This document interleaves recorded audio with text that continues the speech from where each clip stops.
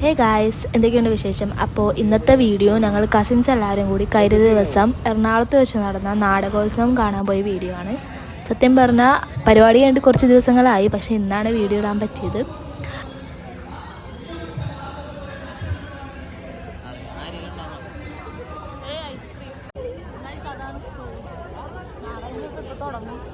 ഇത്രയും ക്രൗഡാണ്, first day ആയിട്ടുള്ളൂ, but ഇത്രയും ക്രൗഡാണ്.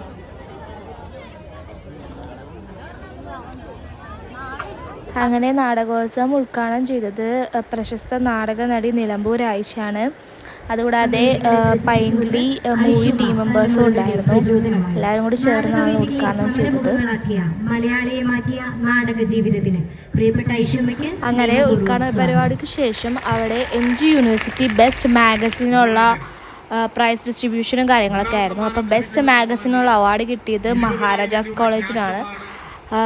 അവരുടെ സെലിബ്രേഷൻ എന്ന് പറയുമ്പോൾ നേരിട്ട് കാണാൻ നല്ല രസമായിരുന്നു. അപ്പോൾ നിങ്ങൾ കേട്ടോ, എവറോളിംഗ് ട്രോഫിയും ലഭിച്ചിരിക്കുന്നത് മഹാരാജാസ് കോളേജ് എറണാകുളം.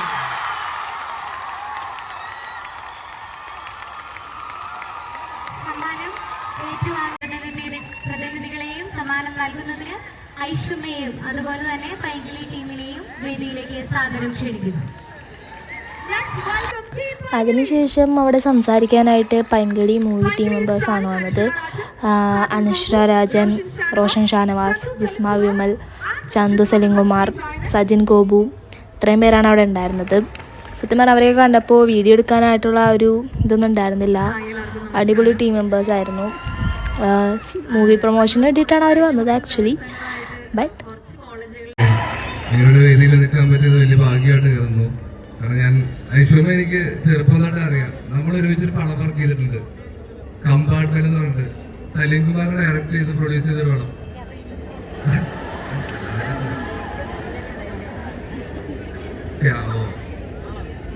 പുള്ളിക്ക് അശ്വന്മാരനകത്ത് ലീഡ് റോൾ ചെയ്തിരുന്നു. അപ്പൊ തൊട്ട് എനിക്കറിയാം, ഞാൻ കാണും.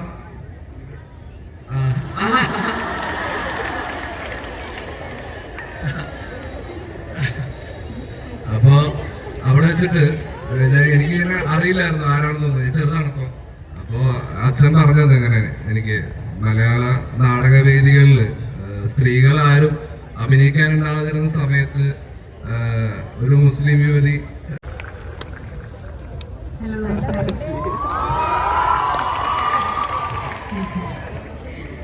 ആദ്യമേ തന്നെ ദീപ്തിക്ക് എല്ലാവിധ ആശംസകളും.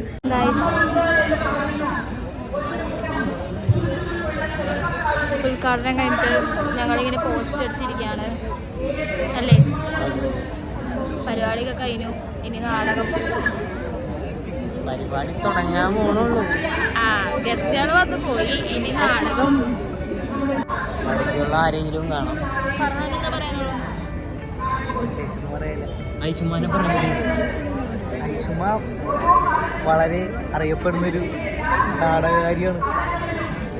എപ്പോഴറിയാം? അതെ ഗൈസ്, അവരുടെ പ്രസംഗത്തിൽ ഞാൻ ഇൻസ്പയർഡ് ആയി. ബട്ട് എനിക്കത്ര ടാലൻസ് ഒന്നുമില്ല, അതുകൊണ്ട് നമ്മൾ ഗൈസ് അതിലെ കമ്പനിക്കാരെ കണ്ടപ്പോൾ നമ്മളെയൊക്കെ മറന്ന് അവരുടെ കമ്പനി ഇടിയാൻ പറ്റും. നൈസ് ടൈം അല്ലേ.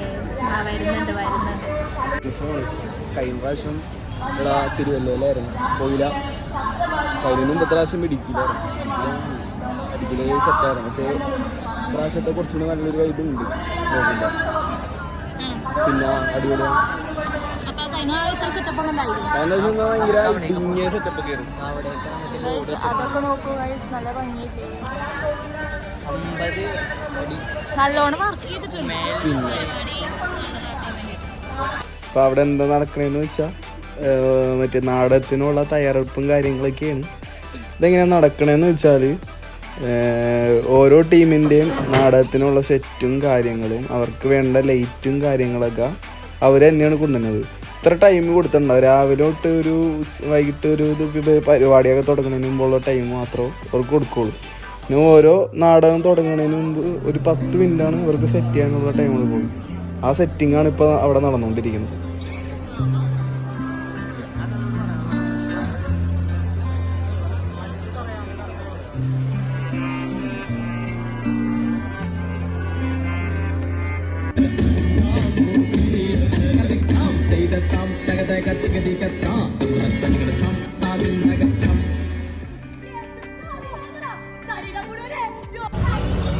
അങ്ങനെ തിരിച്ച് വീട്ടിൽ പോവാണ്. എറണാകുളം ഫുള്ള് റെഡാണ് ഗൈസ്. SFI